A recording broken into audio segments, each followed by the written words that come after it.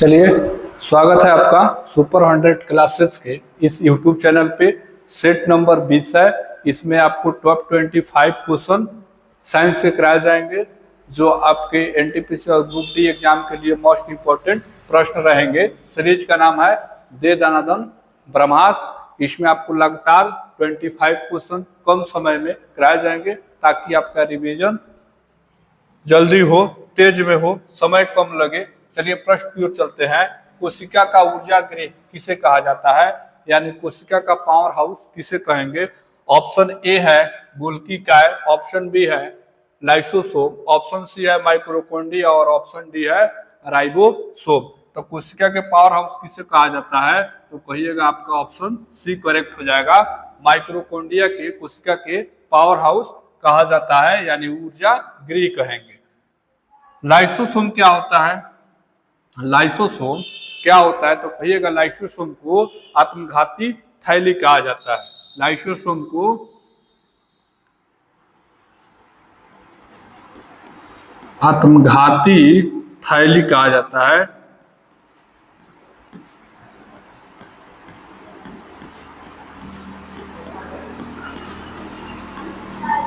ठीक, चलिए राइबोसोम क्या है? तो कहिएगा राइबोसोम को प्रोटीन के फैक्ट्री कहा जाता है। प्रोटीन के फैक्ट्री क्यों कहेंगे? इसको क्या कहेंगे राइबोसोम के? तो कहिएगा प्रोटीन की फैक्ट्री। प्रोटीन की फैक्ट्री कहा जाता है।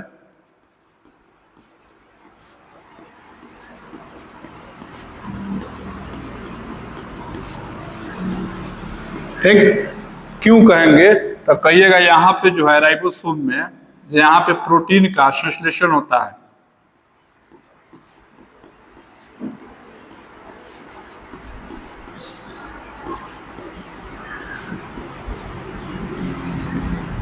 संश्लेषण होता है।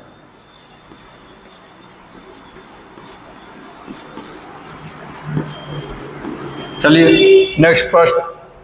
अगला प्रश्न है विश्व पर्यावरण दिवस किस दिन को मनाया जाता है? विश्व पर्यावरण दिवस कब मनाया जाता है?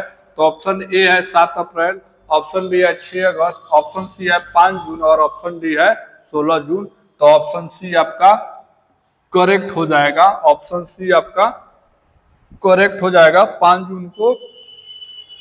चलिए 3 नंबर प्रश्न है कैंसर संबंधित रोगों का अध्ययन क्या कहलाता है? तो कैंसर संबंधित रोगों का अध्ययन को क्या कहते हैं? तो ऑप्शन ए है न्यूरोलॉजी, ऑप्शन बी है पैथोलॉजी, ऑप्शन सी है ओंकोलॉजी और ऑप्शन डी है सोरोलॉजी। तो कैंसर संबंधित रोगों के अध्ययन को क्या कहेंगे? तो कहिएगा ऑप्शन सी आपका करेक्ट हो जाएगा, ओंकोलॉजी। तो ओंकोलॉजी को हम क्या कहेंगे? तो कहिएगा ओंकोलॉजी क्या है? तो कहिएगा कैंसर संबंधित रोगों का अध्ययन ओंकोलॉजी कहलाता है। ठीक, चलिए अगला प्रश्न है केंद्रीय औषधि शोध संस्थान कहाँ पे स्थित है? केंद्रीय औषधि शोध संस्थान कहाँ पे स्थित है? ऑप्शन ए है नागपुर में, ऑप्शन बी है हैदराबाद में, ऑप्शन सी है लखनऊ में और ऑप्शन डी है मैसूर में। तो आपका ऑप्शन सी करेक्ट हो जाएगा। लखनऊ में केंद्रीय औषधि शोध संस्थान है। अभी फिलहाल एनटीपीसी के फर्स्ट शिफ्ट में ये क्वेश्चन पूछा गया है। चलिए 5 नंबर प्रश्न है परमाणु में प्रोटॉन रहते हैं। तो परमाणु में प्रोटॉन कहाँ पे रहते हैं? ऑप्शन ए है नाभिक के बाहर, ऑप्शन बी है ऑप्शन ए है नाभिक के भीतर, ऑप्शन बी है नाभिक के बाहर, ऑप्शन सी है नाभिक और कक्षा दोनों में और ऑप्शन सी है केवल ऑर्बिट में यानी कक्षक में। तो आपका ऑप्शन ए करेक्ट हो जाएगा। 5 के ए करेक्ट हो जाएगा, यानी नाभिक के भीतर परमाणु में प्रोटॉन उपस्थित होता है। अगर किसी भी हम परमाणु की बात करें तो परमाणु के नाभिक में क्या उपस्थित रहेगा? तो कहिएगा न्यूट्रॉन और प्रोटॉन उपस्थित रहता है। अगर इलेक्ट्रॉन की बात करें तो इसके चारों ओर चक्कर लगाता है। ठीक है, तो ऑप्शन ए आपका करेक्ट हो जाएगा। नाभिक के भीतर। चलिए 6 नंबर प्रश्न है, भारी जल का रासायनिक सूत्र क्या होता है? भारी जल का रासायनिक सूत्र क्या होगा? तो भारी जल के रासायनिक सूत्र हो जाएगा आपका D2O। D2O रासायनिक सूत्र होता है। H2O किसका रासायनिक सूत्र होता है? तो कहिएगा जल के रासायनिक सूत्र होता है, ये तो आसान है। CO2 किसका? तो कहिएगा कार्बन डाइऑक्साइड, कार्बन डाइऑक्साइड। और CH4 तो कहिएगा मीथेन, मीथेन का रासायनिक सूत्र CH4 होता है। चलिए 7 नंबर प्रश्न पे चलते हैं। 7 नंबर प्रश्न है, नाभिकीय रिएक्टर में भारी जल यानी D2O का प्रयोग किस रूप में किया जाता है? तो D2O का प्रयोग हम नाभिकीय रिएक्टर में क्यों करेंगे? ऑप्शन ए है मंदक के रूप में, ऑप्शन बी है शीतलक के रूप में, ऑप्शन सी है परिरक्षक के रूप में, और ऑप्शन डी है नियंत्रक के रूप में। तो ऑप्शन ए आपका करेक्ट हो जाएगा। मंदक के रूप में किसका प्रयोग करेंगे? तो D2O का प्रयोग करेंगे। चलिए इस सेशन को ज्यादा से ज्यादा शेयर कीजिए ताकि आपके करीबी दोस्त भी इस सेशन का फायदा उठा सके। कम समय में ज्यादा क्वेश्चन कराना मेरा लक्ष्य है कि आप लोगों का समय कम लगे और ज्यादा क्वेश्चन आप रिवीजन कर पाए। चलिए अगर नियंत्रक छड़ की बात करें तो इसका प्रयोग नाभिकीय रिएक्टर में भी नियंत्रक छड़ का प्रयोग किया जाता है। क्यों किया जाता है? तो इलेक्ट्रॉन को अवशोषित, न्यूट्रॉन को अवशोषित करने के लिए, न्यूट्रॉन के कोण को अवशोषित करने के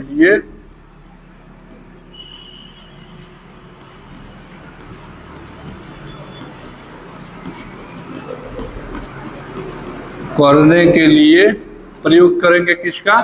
तो नियंत्रक छड़ का। अब नियंत्रक छड़ किसका बना होता है? तो कहिएगा कैडमियम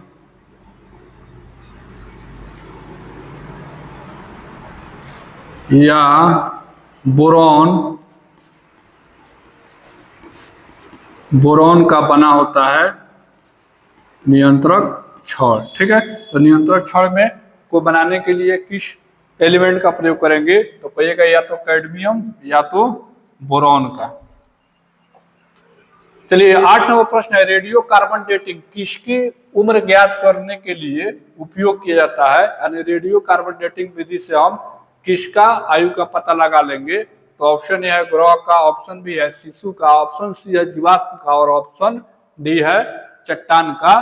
तो आपका करेक्ट आंसर हो जाएगा ऑप्शन सी, जीवाश्म के आयु का आकलन के लिए हम किसका प्रयोग करेंगे? तो रेडियो कार्बन डेटिंग विधि का प्रयोग करेंगे।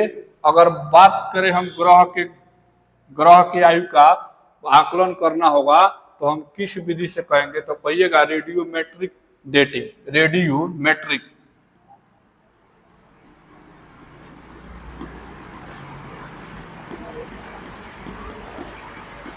रेडियोमेट्रिक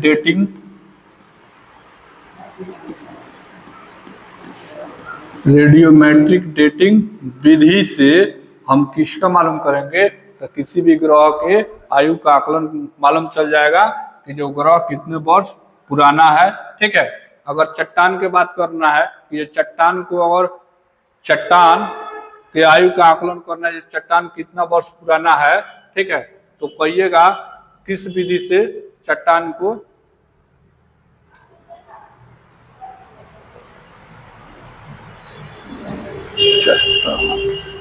आ गया।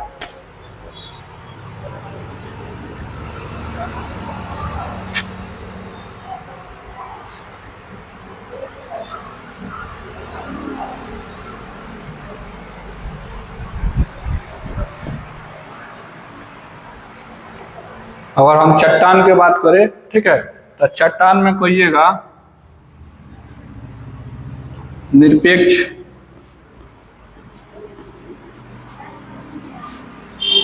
या सापेक्ष डेटिंग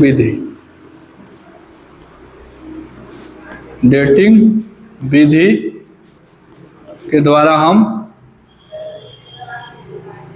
चलिए 9वां प्रश्न है, धान का प्रसिद्ध रोग खैरा रोग किसके कारण होता है? तो धान का प्रसिद्ध रोग खैरा वो किसके कमी के कारण होगा? तो ऑप्शन ए है फफूंद के कारण होगा, कि जीवाणु के कारण होगा, कि विषाणु के कारण होगा? तो कहेंगे जस्ता के कमी के कारण, ऑप्शन डी आपका करेक्ट हो जाएगा। चलिए नेक्स्ट प्रश्न है, रक्त का शुद्धिकरण कहाँ होता है? तो रक्त का शुद्धिकरण कहाँ होगा? ऑप्शन ए है फेफड़ा करेगा, ऑप्शन बी है यकृत, ऑप्शन सी है किडनी और ऑप्शन डी है हृदय। तो ऑप्शन सी आपका करेक्ट हो जाएगा। ठीक है, रक्त यानी ब्लड का शुद्धिकरण किडनी के द्वारा किया जाता है। 11वां प्रश्न है, सूर्य विकिरण का कौन सा भाग सोलर कुकर को गर्म करता है? यानी जो सोलर कुकर होता है इसे गर्म करने के लिए सूर्य का कौन सा विकिरण आवश्यक है? ठीक है, तो ऑप्शन ए है पराबैंगनी किरण, ऑप्शन बी है रक्त किरण, ऑप्शन सी है कॉस्मिक किरण और ऑप्शन डी है प्रकाशीय किरण। तो ऑप्शन बी आपका करेक्ट हो जाएगा। और रक्त किरण के द्वारा सोलर कुकर का पैनल गर्म होता है। ठीक है, चलिए आप लोग के लिए मोटिवेशन है जो आपको ऊर्जावान बनाएगा और आपके चेहरे पे मुस्कुराहट लाएगा। जब हौसला बना लिया ऊंची उड़ान का, तो फिर देखना फिजूल है कदमे आसमान का। चलिए 12 नंबर प्रश्न, निम्नलिखित में से कौन शरीर को गर्म रखने हेतु उत्तरदायी है? यानी शरीर को कौन गर्म रखता है? जैसे ऑप्शन ए है श्वेत ग्रंथि, ऑप्शन बी है संयोजी ऊतक, ऑप्शन सी है वासा ऊतक और ऑप्शन डी है पेशीय ऊतक। तो शरीर को गर्म रखना वासा ऊतक का कार्य है। तो ऑप्शन सी आपका करेक्ट हो जाएगा। 13 नंबर प्रश्न है, श्वेत प्रकाश जब प्रिज्म से गुजरता है तो जो वर्ण सबसे कम विचलित होता है वह कौन सा रंग है? तो जब भी श्वेत प्रकाश को एक प्रिज्म से गुजारिएगा ना तो उस 7 भागों में विभाजित हो जाएगा और उस 7 रंग में विभाजित होगा, उस 7 रंग में जो लाल रंग होगा उसका विचलन सबसे कम होता है। विचलन यानी प्रकीर्णन सबसे कम होगा। ठीक है, तो ऑप्शन क्या हो जाएगा? तो कहिएगा ऑप्शन सी करेक्ट हो जाएगा। यदि देखिए यहाँ पे, यदि हम एक प्रिज्म से श्वेत प्रकाश यानी सूरज का प्रकाश, ठीक है, श्वेत प्रकाश को जब गुजारेंगे तो क्या होगा? देखिएगा ये जो है इस 7 रंग में विभाजित हो जाएगा। ठीक, तो 7 रंग में विभाजित होगा।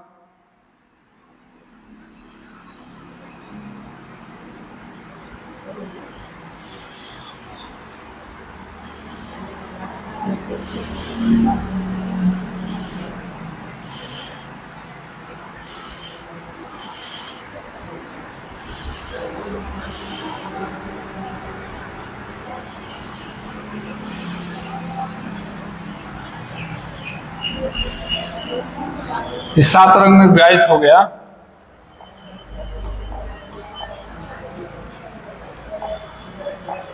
अब इसमें पहला रंग कौन सा होगा? तो कहिएगा जो पहला रंग होगा वो होगा लाल, फर्स्ट वाला लाल होगा। ठीक, तो लाल के बाद कौन सा होगा? तो कहिएगा नारंगी।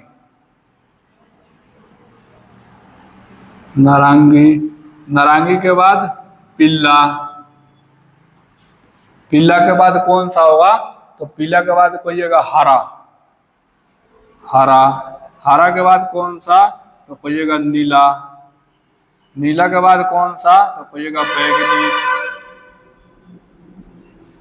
अब नीला के बाद जामुनी होगा, नीला के बाद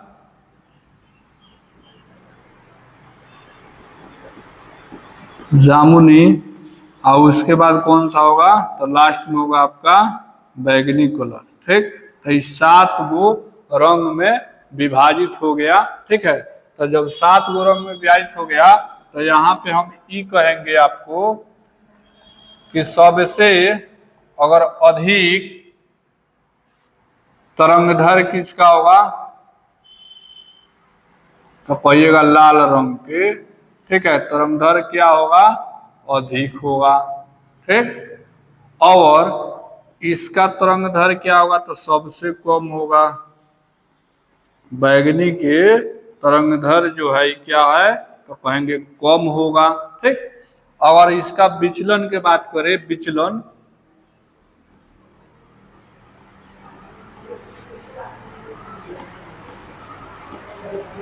ठीक, तब विचलन इसका कम होता है। विचलन क्या होता है, कम होगा, विचलन कम होगा, और इसका विचलन जो है वो अधिक होगा,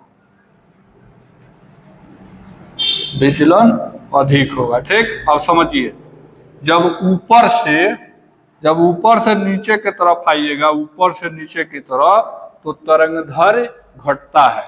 ठीक, ऊपर से नीचे आइएगा तो तरंगधर घटेगा, और नीचे से ऊपर जाइएगा, नीचे से ऊपर, तो क्या होगा, विचलन का मान घटेगा। ठीक है, तो यहाँ पे तरंगधर और प्रकीर्णन आपस में अपोजिट होता है, उल्टा होता है। ठीक, चलिए 14वां प्रश्न, नवजात शिशु में हड्डी की संख्या लगभग कितनी होती है, तो बच्चों में हड्डियों की संख्या कितनी होती है, तो कहिएगा 300 होती है बच्चों में। लेकिन अगर वयस्क की बात करें, ठीक है, वयस्क में कितना होगा, तो कहिएगा 206।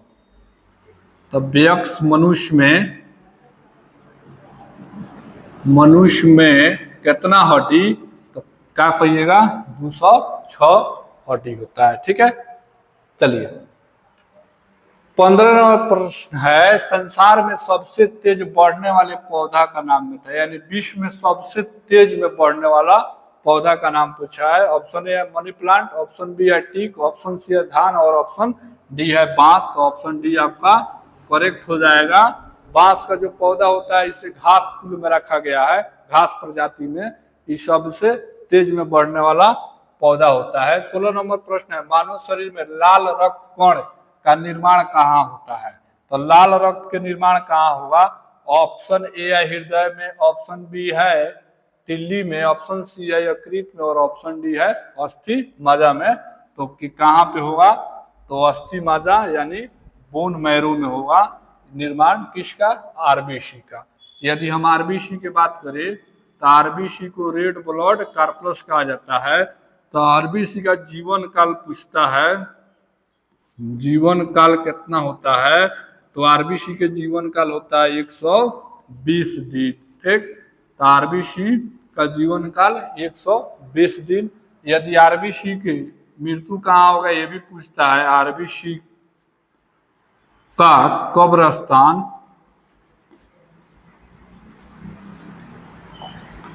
आरबीसी का कब्रिस्तान किसे कहते हैं, किसे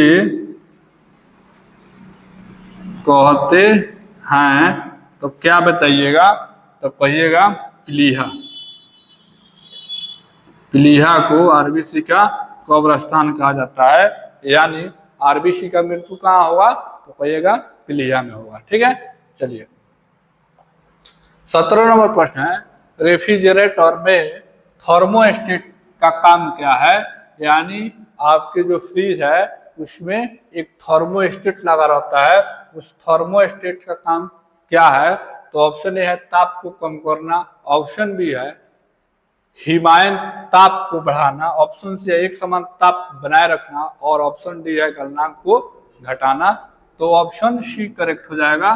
ठीक है, थर्मोस्टेट का काम क्या होता है, तो वो आपको एक समान ताप बनाए रखेगा, फ्रिज में सामान्य ताप बनाए रखेगा। ठीक है, चलिए 18वां प्रश्न है, विटामिन सी का रासायनिक नाम क्या है, तो विटामिन सी का रासायनिक नाम पूछ लिया है। तो ऑप्शन ए है साइट्रिक अम्ल, ऑप्शन बी है एस्कॉर्बिक अम्ल, ऑप्शन सी है ऑक्जेलिक अम्ल, और ऑप्शन सी है नाइट्रिक अम्ल। ठीक, तो ऑप्शन हो जाएगा आपका एस्कॉर्बिक अम्ल। तब विटामिन सी का रासायनिक नाम क्या है, तो एस्कॉर्बिक अम्ल।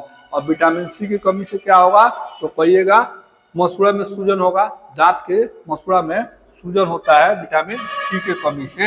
यदि हम नाइट्रिक अम्ल की बात करें तो नाइट्रिक अम्ल के HNO3 रासायनिक सूत्र होता है, ठीक है। HNO3 ऑक्जेलिक अम्ल, तो ऑक्जेलिक अम्ल कहाँ पे मिलेगा तो कहिएगा पालक में या टमाटर में क्या पाया जाएगा, ऑक्जेलिक अम्ल। यदि हम साइट्रिक अम्ल की बात करें तो नींबू में या खट्टे फल में साइट्रिक अम्ल की मात्रा रहता है। चलिए 19 नंबर प्रश्न है, मानव शरीर में यूरोस्थी कहाँ पाया जाता है। तो यूरोस्थी कहाँ पाया जाएगा मानव शरीर में, ठीक है। तो ऑप्शन ए है जांग में, ऑप्शन बी है कपाल में, ऑप्शन सी है छाती में और ऑप्शन डी है नितंब में। तो ऑप्शन सी हो जाएगा, ठीक है। छाती वाले हड्डी में क्या यूरोस्थी पाया जाता है। यूरोस्थी जो है छाती वाले हड्डी में मिलता है, जिसको हम क्या बोलेंगे तो ब्रेस्ट बोन बोलेंगे, जिसको हम ब्रेस्ट बोन कहते हैं, ठीक है। तो यहाँ पे यूरोस्थी पाया जाता है। चलिए 20 नंबर प्रश्न है, ऊनी कपड़े सूती कपड़ों की अपेक्षा गर्म होते हैं, क्यों। ऊनी कपड़ा जो है सूती कपड़ा से गर्म होता है, तो क्यों होता है। तो ऑप्शन ए है ताप के अच्छे शोषक होते हैं इसलिए, ऑप्शन बी है ताप के अच्छे वितरक होते हैं इसीलिए, सूती वस्त्र से भारी होते हैं, और ऑप्शन डी है ताप के अच्छे रोधक होते हैं। तो ये जो है ना ऊनी कपड़ा, तो ये क्या है ताप के रोधक होता है, इसीलिए ही सूती कपड़ा से गर्म होता है। तो ऑप्शन डी आपका करेक्ट हो जाएगा। चलिए 21 नंबर प्रश्न है, ब्लड बैंक किसे कहा जाता है। तो ब्लड बैंक किसे कहेंगे, तो ऑप्शन ए है हृदय को, ऑप्शन बी है यकृत को, ऑप्शन सी है प्लीहा को, और ऑप्शन डी है इनमें से कोई नहीं। तो ब्लड बैंक के नाम से किसे जानेंगे, तो प्लीहा को जानेंगे, और प्लीहा में खून का ब्लड का मृत्यु होता है, ठीक है। तो इसलिए हम ब्लड बैंक के नाम से जानते हैं, ठीक है। तो ब्लड बैंक के नाम से प्लीहा को आरबीसी का कब्रस्तान कहा गया है, आरबीसी का कब्रस्तान कहा गया है। चलिए 22 नंबर प्रश्न है, कंप्यूटर का जनक माने किसे कहा जाता है। तो ऑप्शन ए हो जाएगा चार्ल्स बेबेज को कंप्यूटर का जनक कहा गया है। चलिए 23 नंबर प्रश्न है, निम्नलिखित में कौन अधिकतम ध्वनि प्रदूषक का कारण है। यानी ऑप्शन दिया है भारी ट्रक यातायात, ऑप्शन सी है निर्वाचन सभा, ऑप्शन बी है पॉप संगीत, और ऑप्शन डी है जेट उड़ान। तो अधिक ध्वनि प्रदूषण का कारण क्या हो जाएगा, तो जेट उड़ान, ठीक है। अब ध्वनि पॉल्यूशन को किस में मापेंगे, तो कहिएगा डेसिबल में मापा जाता है। तो जेट उड़ान, अब समझिएगा सामान्यतः अगर ध्वनि की बात करें हम,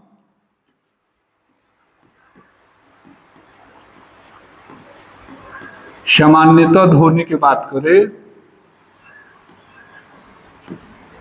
तो कहिएगा अगर 60 dB है ना, 60 dB यानी 60 डेसिबल, तो ये कोनो दिक्कत नहीं है, अच्छा है, ठीक है। तो 60 dB समान हो गया। यदि हम जेट उड़ान की बात करें तो 140 dB होता है, ठीक है। तो 140 dB खतरनाक होता है। यदि हम भारी ट्रक या यातायात की बात करें तो ये आपका 80 से 90 के बीच dB होता है इसका, ठीक है। यानी इतना डेसिबल होता है, तो ये खतरनाक है, ठीक है। ये अपने आपके कान के लिए या हार्ट के लिए ये खतरनाक हो सकता है, ठीक है। चलिए 24वां प्रश्न, निम्नलिखित में रक्त नहीं होता है किंतु शोषण करता है। निम्नलिखित में से किसमें रक्त नहीं होता है किंतु क्या करता है, शोषण करता है। तो ऑप्शन ए है तिलचट्टा, ऑप्शन बी है केचुआ, ऑप्शन डी है हाइड्रा, और ऑप्शन सी है कंगारू। तो हाइड्रा में रक्त नहीं होता है लेकिन शोषण करता है बहुत, ठीक है। तो ये आपका आंसर हो जाएगा ऑप्शन सी। चलिए 25 नंबर लास्ट प्रश्न है, किस ग्रंथि को लुप्त हो जाने से आदमी बूढ़ा हो जाता है। तो ये बुढ़ारी में जो है ना ये ग्रंथि लुप्त हो जाएगा, उसी को पूछ रहा है। तो कौन ग्रंथि जो है वृद्धावस्था में लुप्त हो जाता है। तो ऑप्शन ए है पीयूष ग्रंथि, ऑप्शन बी है थाइमस ग्रंथि, ऑप्शन सी है एड्रिनल ग्रंथि, और ऑप्शन डी है थायराइड ग्रंथि, ठीक है। तो ऑप्शन बी होगा थाइमस ग्लैंड। थाइमस ग्लैंड बुढ़ारी में, वृद्धावस्था में लुप्त हो जाता है। तो 25 क्वेश्चन थे, एक बार देख लीजिएगा ध्यान से। चलिए